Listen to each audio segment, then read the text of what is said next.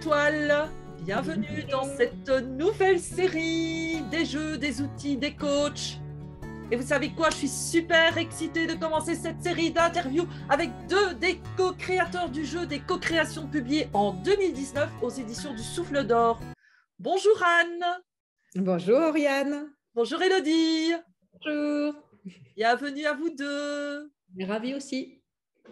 Bon, j'espère que vous êtes en pleine forme. Oui, ça va. Oui, carrément. Ouais, on est ravis de parler avec toi et avec tes auditeurs du jeu des co-créations, notre bébé. Un bébé qu'on a fait à 4. Donc là, oui. Anne, mais on a un homme dans les partenaires, dans les parents, Jean-Denis Joubert et Caroline Kremer. Ils sont avec nous. Pour mes auditeurs, l'objectif de cette nouvelle série, c'est de vous présenter des jeux, des cartes, des outils qui vous permettront de faciliter vos processus de coaching, d'accompagnement et ainsi d'accéder aussi à vos zones de créativité ou à celles de vos clients. Alors, pouvez-vous nous raconter comment vous est venue l'envie de créer ce jeu? Alors déjà, ce jeu a un lien direct avec notre métier, puisqu'on est facilitatrice et on forme des facilitateurs.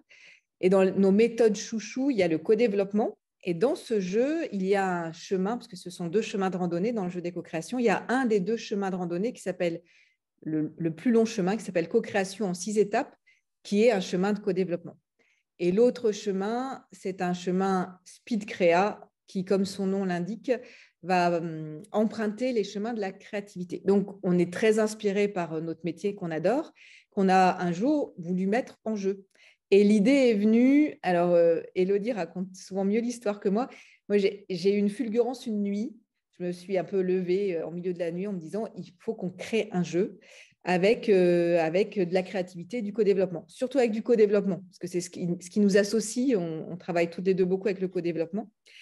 Et j'avais déjà vu le plateau, les cartes, tout ce qui fait notre touche dans notre métier.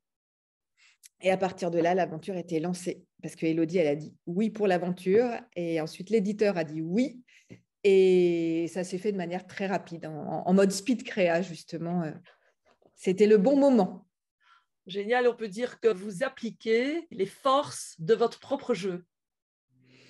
C'est vraiment un jeu qu'on utilise tout le temps. On l'utilise avec nos clients quand on va faciliter des séances de co-développement. On l'utilise en situation de formation quand on est en train de former des facilitateurs co-dev pour leur faire aussi expérimenter et faciliter avec ce jeu-là. Donc, c'est vraiment, nous, on est des passionnés du co-développement. On adore le transmettre, le partager. Et voilà, on le partage de différentes manières avec ce jeu, avec les formations. Donc, c'est très présent pour nous. Parmi mes auditeurs et auditrices, il y en a encore qui ne savent pas ce que c'est que le co-développement. Est-ce que vous pourriez me le résumer en quelques lignes, en quelques phrases? Alors, on a fait un petit dessin animé sur notre site, codevanco.com, qui le résume encore mieux que nous. 3 minutes. En 3 minutes. On va essayer en 3 mots. Le co-développement, vient du Québec. Champagne et Paillettes, ce sont les noms des co-auteurs de ce processus, qui est un processus d'entraide qu'on utilise dans des cercles de pairs. Ça peut être des cercles de managers, des cercles de formateurs, des cercles de femmes, de pairs, P-A-I-R-S. Ça peut être des cercles de pairs, P-E-R-E-S, pour s'entraider autour d'un sujet d'une personne. Une personne amène son sujet problématique et les autres, grâce à ce processus, vont l'aider de manière très efficace et bienveillante. Il y a un facilitateur dans le jeu, on va l'appeler maître du jeu, qui permet de rythmer ce temps d'entraide avec 6 étapes, les fameuses 6 étapes du co-développement. Et qui provoque des choses assez incroyables parce que les retours, moi, pas plus tard qu'hier, j'ai eu le mot, après une séance de co-développement, le mot exceptionnel qui est ressorti parmi les participants. Il y a une sorte d'effet waouh incroyable, ce processus qui moi, parfois m'émeut beaucoup et m'incite toujours plus à l'utiliser. C'est vrai que je le connais aussi et que je trouve ce processus vraiment puissant parce que effectivement, il active l'intelligence collective et j'aime bien dire mes étudiantes que notre cerveau, il travaille bien seul, mais il travaille encore mieux quand il est en réseau avec d'autres cerveaux. Donc, Voilà. Alors, vous avez maintenant ce jeu. Et donc, est-ce que ça veut dire que quand vous faites vos sessions de codev, vous utilisez d'office le jeu ou il vous arrive encore de ne pas l'utiliser? Les deux. Des fois, on l'utilise, des fois, on ne l'utilise pas. Ça permet, comme le co-développement, c'est vraiment quelque chose qui est répétitif dans le bon sens du terme. C'est-à-dire que le groupe se connaît de mieux en mieux, apprend de mieux en mieux à s'entraider en répétant ce processus en 6 étapes. C'est intéressant dans un groupe qui se revoit de garder le co-développement et de changer la modalité. Donc, une fois, on va faire sans le jeu, une autre fois, on va faire avec le jeu. On utilise aussi beaucoup les cartes, parce qu'il y a 100 cartes dans ce jeu-là, 6 étapes. Et des fois, on va utiliser que les cartes photo-langage pour faire un temps d'inclusion ou un temps de feedback. Donc, on a les cartes reflets, donc avec des photos. Ils sont designés avec Caroline, qui est notre infographiste. Donc, on peut utiliser, par exemple, que ces cartes-là à certaines étapes pour faire du feedback. On a aussi les cartes mégaphores qu'on peut utiliser aussi toutes seules, sans le plateau de jeu, forcément. Voilà, ça, c'est pour les forces. On aime bien mettre de la psychologie positive dans le codev. Et donc, il y a aussi des feedbacks sur les forces et les ressources du client, le client étant celui qui amène le sujet. Et il y a une centaine de cartes. Donc, autant vous dire qu'il y a plein d'autres cartes qu'on ne vous présente pas tout de suite, mais qui permettent d'agrémenter le temps du processus, d'ancrer avec des images, avec des mots, de rythmer aussi avec les étapes du jeu, la séance d'entraide. C'est assez libre en fait en termes d'utilisation parce que soit, comme disait Anne, on peut utiliser parfois un des types de cartes, soit faire le jeu du début à la fin. En tout cas, il y a aussi des cartes pour s'entraîner à bien questionner, parce qu'il y a un vrai enjeu dans le co-développement à avoir un questionnement efficace. Et donc, il y a aussi des cartes pour aider à ça.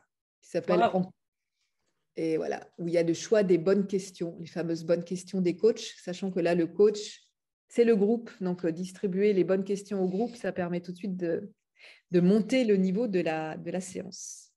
Mais alors, si je vous écoute, faut-il absolument connaître le codev pour utiliser ce jeu, ou est-ce qu'il peut être utilisé par, disons, n'importe qui? Et même, moi, je pensais dans les familles, dans les écoles. Alors, les écoles, oui, on a des exemples d'enseignants qui font des séances de co-développement avec leurs élèves, voire même idéalement, moi je rêve un jour d'aller animer des séances de co-dev entre les enseignants plutôt. Ce n'est pas encore le cas, mais je pense que ce serait très utile. Après, sur la partie famille, amis… Alors, la famille, donc c'est des cercles d'entraide entre pairs et des gens qui se font confiance. Ça, c'est la base. Donc, ça peut être entre élèves, ça peut être entre amis, entre collègues, ça peut être dans une famille qui s'entend bien. Et nous, ce qu'on fait dans ma famille, c'est qu'on utilise pas forcément le chemin du codev, le fameux, je peux vous les montrer, la carte de rando, elle est là, c'est le plateau de jeu. Donc, il y a un départ et puis après, on choisit notre randonnée. Donc, le chemin du codev, c'est le grand chemin orange. Puis, il y a un speed créa qui est le chemin vert.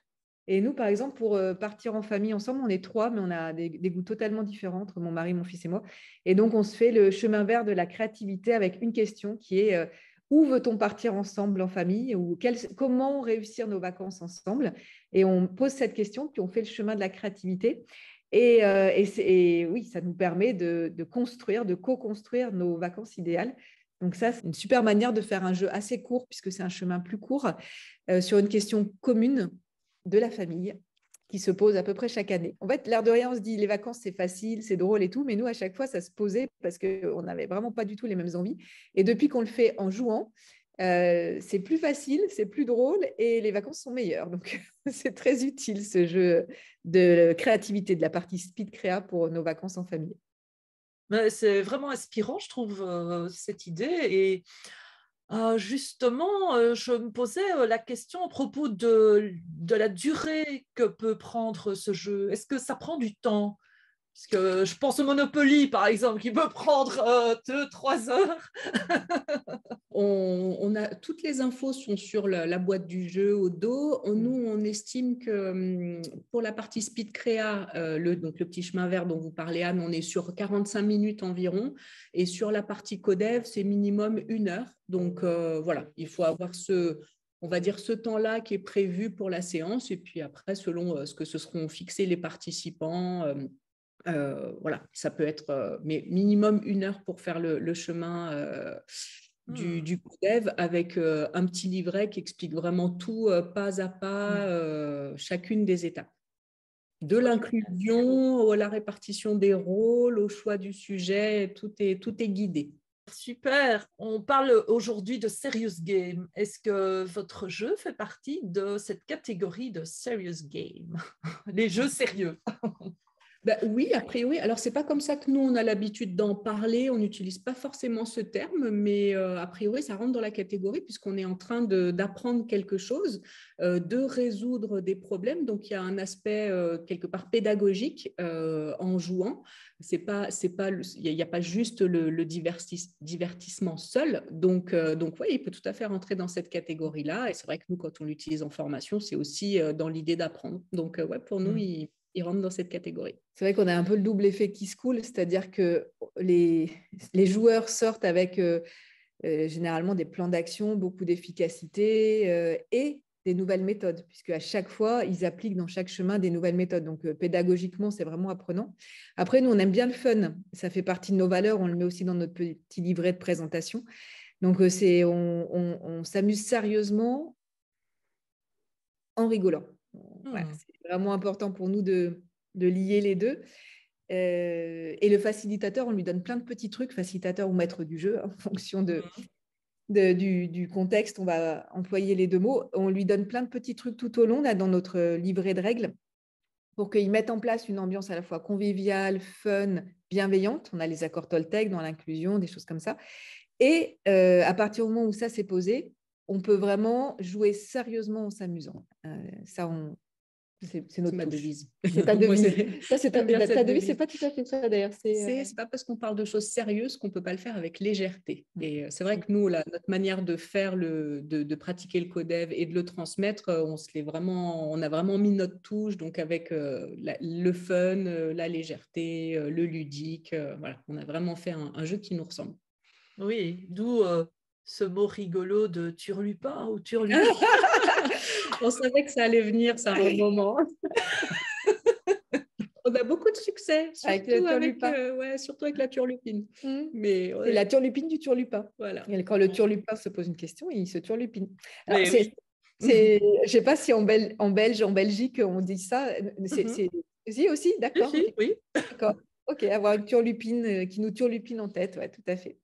Alors, la paternité est au seul homme le seul auteur dans les co-auteurs, c'est Jean-Denis qui nous a parlé du travail de la turlupine, qui correspond au client en codev, pour ceux qui connaissent le codev. J'avais envie de montrer cette carte parce que je trouve que dans les photos langage, c'est une carte qui nous plaît bien. En fait, il y a un côté juteux et créatif dans ce qu'on fait. Les oranges bleues. Et d'ailleurs, je me posais la question, est-ce que vous proposez des ateliers pour apprendre à utiliser votre jeu? On en a déjà fait, pas énormément, mais c'est quelque chose qui pourrait tout à fait revenir, pourquoi pas. Merci pour la proposition, Ariane. Ça pourrait être une idée qui revienne. On n'en a pas fait depuis longtemps, mais c'est quelque chose qu'on a fait, effectivement. Aujourd'hui, on l'utilise surtout dans nos formations de facilitateurs. Du coup, c'est de nouveau le triple effet qui se coule, c'est-à-dire ils vivent le codev, ils apprennent à faciliter, et donc après, ils peuvent être facilitateurs de co-développement chez leurs clients, et ils apprennent en même temps à utiliser le jeu. Donc, dans leur boîte à outils, ils partent avec quelque chose de très concret qui est le jeu. C'est vrai qu'on n'a pas des ateliers jeux spécifiques. Plus, mais pourquoi pas les remettre au goût du jour. Et c'est sur votre site, ces propositions de formation en codev? Oui, carrément, codevanco.com. Voilà. Dans la rubrique agenda. Bien, et comment?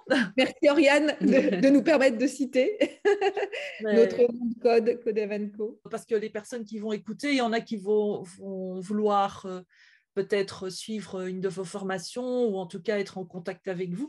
Maintenant, c'est aussi la question, comment peut-on se procurer votre jeu? Oui, alors là, une dédicace spéciale à notre éditeur qui est le Souffle d'Or, et derrière le Souffle d'Or, il y a Yves Michel, qui vraiment est un éditeur qui nous a à la fois fait confiance et qu'on apprécie beaucoup. Il est très aligné sur ses valeurs entre voilà, ce qu'il dit et ce qu'il fait. C'est un éditeur qui prône d'avoir des fournisseurs locaux, qui est très investi dans tout ce qui est écologique. Donc, il faut aussi attention à avoir une société d'édition écologique. Et il vient nous faire un petit mail en disant que le papier ayant augmenté de 50%, comme beaucoup de matières premières, toutes les sociétés d'édition sont en danger aujourd'hui. Et du coup, voilà, pour se le procurer, ce jeu, la meilleure manière de vous faire plaisir, de nous faire plaisir et d'aider les sociétés d'édition, en tous les cas celle-ci qu'on aime beaucoup, le Souffle d'Or, c'est d'aller directement sur www.souffledor.fr et de commander chez eux. Ils sont plus rapides qu'Amazon et ils sont plus locaux et plus bio. Donc, il faut aller directement commander sur leur site. C'est comme ça aussi qu'on peut les aider. Super, eh bien, on arrive tout doucement à la fin de cette magnifique interview.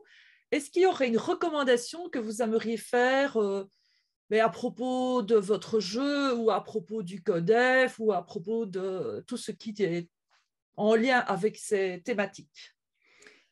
La recommandation de vivre l'expérience, d'expérimenter le CODEF, c'est vrai que ça se vit, ça se joue, plus que ça ne se raconte. Donc, une invitation à vivre et à expérimenter ça. Avec nous ou avec d'autres, ou avec le jeu. Donc, une recommandation, c'est d'acheter le jeu. Nous, alors, on n'est pas objectif, hein, on est parents du plus beau bébé du monde, hein, comme tous les parents, mais vraiment, on trouve que pour un prix modique, puisqu'il est vraiment attaché, Yves, à faire des jeux accessibles, donc il coûte 35 €. Il y a 2 jeux dans le jeu, puisqu'il y a un jeu de créativité, un jeu de codev. Il y a une centaine de cartes et on a plein de témoignages de facilitateurs qui utilisent les cartes séparément du jeu.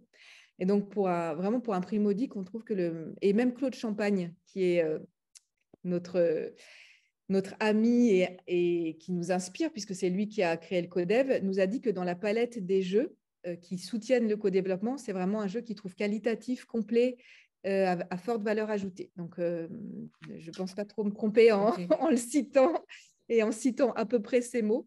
Donc voilà, acheter le jeu, je pense que, enfin vraiment, on en est fiers. On a envie de le promouvoir aussi parce qu'on croit à sa valeur ajoutée dans les animations et les facilitations des uns et des autres.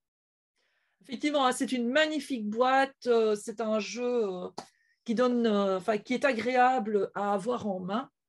Donc, regardez, voilà, comme ça vous avez une idée. Et surtout, allez sur le site du Souffle d'Or pour l'acquérir.